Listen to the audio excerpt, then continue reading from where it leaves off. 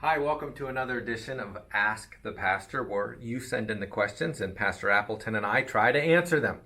Rick, we have a question from one of our congregants about the book of Daniel. In chapter 3, we all remember the story of the fiery furnace where Shadrach, Meshach, and Abednego are thrown into the fiery furnace. Why wasn't Daniel? Okay, so we're not told for certain. That's the first thing we need to know.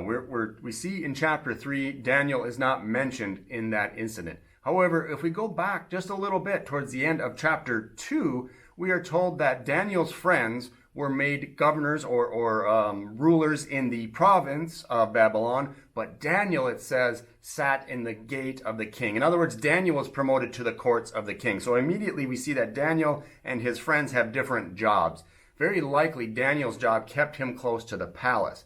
Now, we find out in chapter 3 that the incident in question took place in the plains of Dura, apparently away from the capital, away from the palace. So the most simple answer is Daniel was not there. For whatever reason, his business, his job in the capital kept him from being where his friends were. So the answer is not given to us explicitly, but we do have some clues. For one reason or another, Daniel was not present at that place at that time, and so may not have been affected by that decree.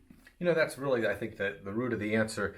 Babylon was a huge empire. I mean, it ruled almost as much territory as Greece did later and Persia. So you have this giant empire, and you also have this statement in chapter 3 about how all of the officials of the provinces came. Well, that's an all, as in we often use the word all. Well, all Israel went out to see him. Clearly, it can't mean every single man, woman, and child in Babylon, and certainly not every official. Somebody had to be in certain cities running the kingdom, and Daniel, as you said, had just proven himself very trustworthy in chapter 2 because he interprets the king's dream that nobody knows. In fact, the king even prostrates himself and falls on his face in front of Daniel, this captive.